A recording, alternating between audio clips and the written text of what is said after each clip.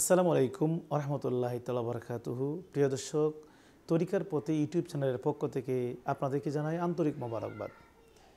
আজকে কিশোরগঞ্জ জেলা ভৈরব থানা রেজবে হাবিবে খানকা শরীফ, আমার খানকা শরীফ থেকে আজকের আলোচনা করছি। আজকের আলোচনার বিষয় হলো কিভাবে মুরাকাবা করলে আল্লাহর রত্ন মেলে। খুবই গুরুত্বপূর্ণ একটা বিষয়। কীভাবে মুরাকাবা করলে আল্লাহর রত্ন মিলে, এই বিষয়টি আমি আপনার সামনে তুলে ধরব। কাজেই ভিডিওটি প্রথম থেকে শেষ পর্যন্ত দেখার অনুরোধ করছি। পাশাপাশি এই চ্যানেলে যারা নতুন হয়ে থাকেন দয়া করে একটি সাবস্ক্রাইব করে আমাদের পাশে রাখার জন্য অনুরোধ করছি।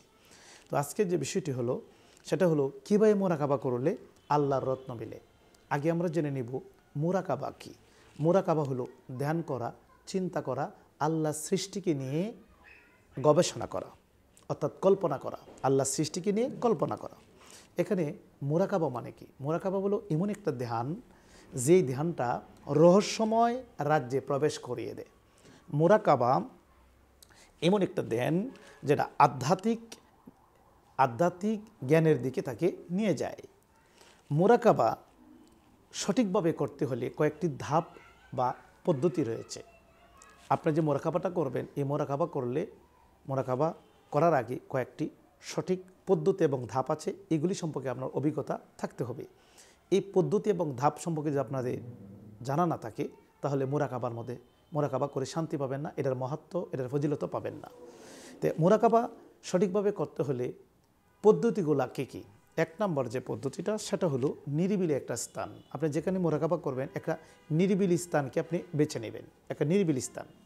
কারণ নিরিবিলি স্থান এই জন্য বেছে নেবেন, নিরিবিলি স্থানে যখন আপনি মুরাকাবা করবেন তখন আপনার মধ্যে কোনো বাধাবিঘ্ন সৃষ্টি হবে না। যদি মুরাকাবা করলে আপনার মধ্যে বাধাবিঘ্ন সৃষ্টি হয় তাহলে এই মুরাকাবা করাতে কোনো লাভ নেই। মুরাকাবা করতে হবে যেখানে কোনো বাধাবিঘ্ন সৃষ্টি হবে না, তাই একটা নিরিবিলি স্থান আপনার বেছে নিতে হবে যেখানে কোনো বাধা আসবে না। দুই নম্বর যে বিষয়টা লক্ষ্য রাখতে হবে সে বিষয়টি হলো আলো কম রাখা। যেখানে আপনি মুরাকাবা করবেন, যখন আপনি রাত্রে মুরাকাবা করবেন তখন একটু আলো কম রাখবেন। আলো কম রাখলেই মুরাকাবার প্রতি আপনার মনোনিবেশ গভীরভাবে হবে। তিন নম্বর যে বিষয়টা সেটা হলো নিয়ত স্থাপন করতে হবে। আপনি যে মুরাকাবাটা করবেন এটা আপনি কী সম্পর্কে মুরাকাবাটা করবেন, আগে আপনি এটা কেন্দ্রবিন্দু বানাতে হবে। এই মুরাকাবাটা যেমন আল্লাহর সৃষ্টিকে নিয়ে আপনি মুরাকাবা করবেন, আপনি কি মানুষকে নিয়ে মুরাকাবা করবেন, আপনি কি গাছপালা নিয়ে মুরাকাবা করবেন, আপনি কি চন্দ্রকে নিয়ে মুরাকাবা করবেন, নাকি সূর্যকে নিয়ে মুরাকাবা করবেন, নাকি কবরকে নিয়ে মুরাকাবা করবেন, নাকি মসজিদকে নিয়ে মুরাকাবা করবেন, আপনি কোনটাকে নিয়ে মুরাকাবা করবেন, আপনি মক্কাকে নিয়ে মুরাকাবা করবেন না মদিনা শরীফকে নিয়ে মুরাকাবা করবেন, আপনি কাকে নিয়ে মুরাকাবা করবেন, এটা আগে আপনি নির্ণয় করতে হবে।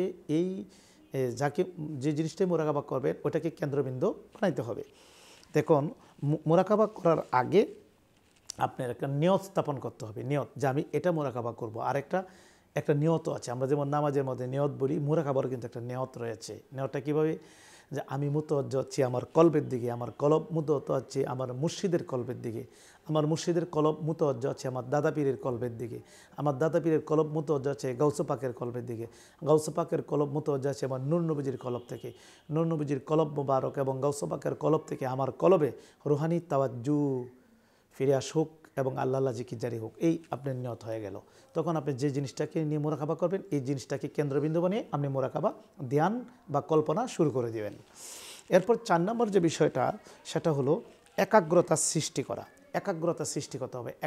মানে আপনি যদি মুরাকাবার মধ্যে এখলাস না থাকে, গভীরভাবে মুরাকাবা না করুন, যদি নিষ্ঠার সাথে এখলাসের সাথে একাগ্রতার সহিত যদি মুরাকাবা না করুন তাহলে মুরাকাবা করাতে কোনো লাভ নেই। তাই মুরাকাবার মধ্যে একাগ্রতা খুবই জরুরি।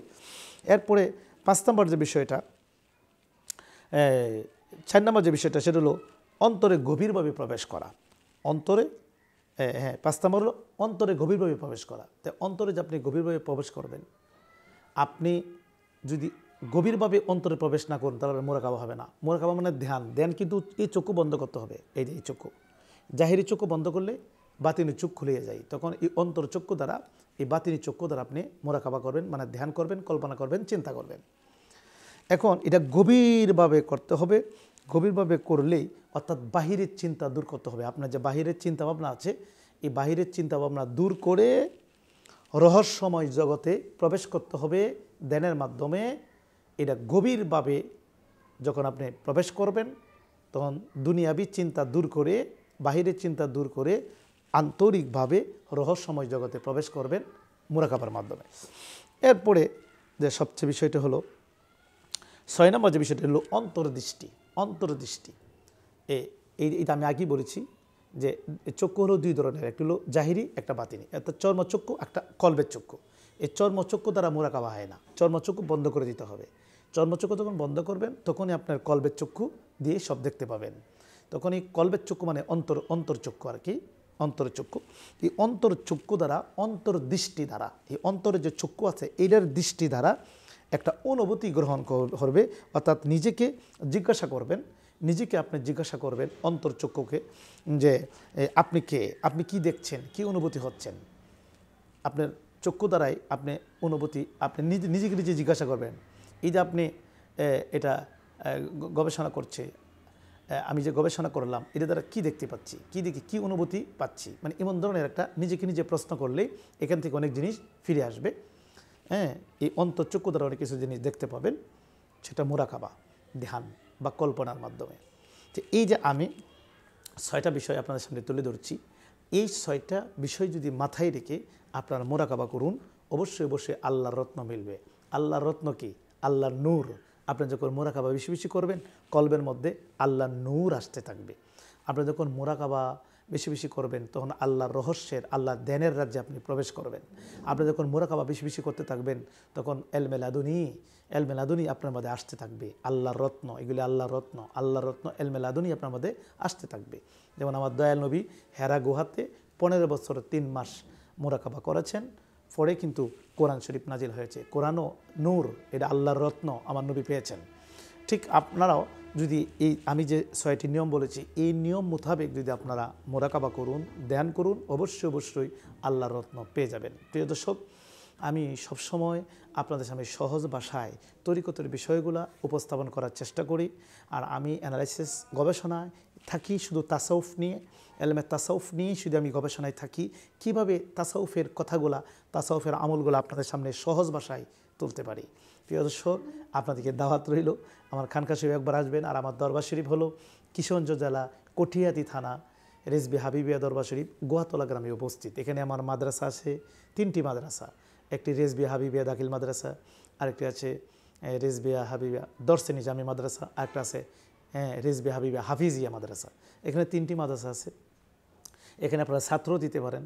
এখানে আমরা 3 বছরে আমরা উর্দু, ফার্সি, আরবি আবারত পড়িয়ে দিই, ফতোয় স্বামী পর্যন্ত পড়াই দিই। বুখারি, মুসলিম, মেশকাত সহ সিয়াসিত্তার কিতাব এবং ফতোয় স্বামী পর্যন্ত আরবি থ্রুলি পড়তে পারবে, জেদ জবর সারা আরবি আবারত পড়তে পারবে। আমি নিজে ক্লাস করাই। যদি আপনার যে ছাত্র আলেম বানানোর ইচ্ছা থাকে আমার মাসে ভর্তি করান। রিজবি হাবিবিয়া দর্শে নিজামি দাখিল মাদ্রাসা, বর্তমানে কিন্তু ভর্তি চলছে। যদি আপনারা ছেলে দেওয়ার ইচ্ছা থাকে আপনারা আমার স্ক্রিনের নাম্বারে যোগাযোগ করে, এখানে আবাসিক সিস্টেম আছে, থাকা খাওয়ার ব্যবস্থা আছে। এখানে বিভিন্ন জেলার ছাত্ররা লেখাপড়া করছে। আমি অলরেডি সিদ্ধান্ত নিয়েছি 40 জন আলেমকে তরিকতের এবং সুন্নিয়তের আলেম বানিয়ে মাঠে ময়দানে ছাড়বো, এর জন্য তরিকতের এবং সুন্নিয়তের কাজ করতে পারে। আল্লাহ যেন কবুল করে, আমিন। আর আপনারা আমার পাশে থাকবেন, সহযোগিতা করবেন, আমি যেন তরিকতটাকে সঠিক যে তরিকত, কোরআন হাদিসের আলোকে যে তরিকত এবং সুফিজম, সেটা যেন আমি প্রচার করতে পারি। আল্লাহ পাক এই তৌফিক দান করুক, আমিন। আজকে এই পর্যন্তই, আপনার কাছে বিদায় করছি। ওয়াকির দাওয়ানা আনিল হামদুলিল্লাহি রাব্বিল আলামিন। আসসালামু আলাইকুম।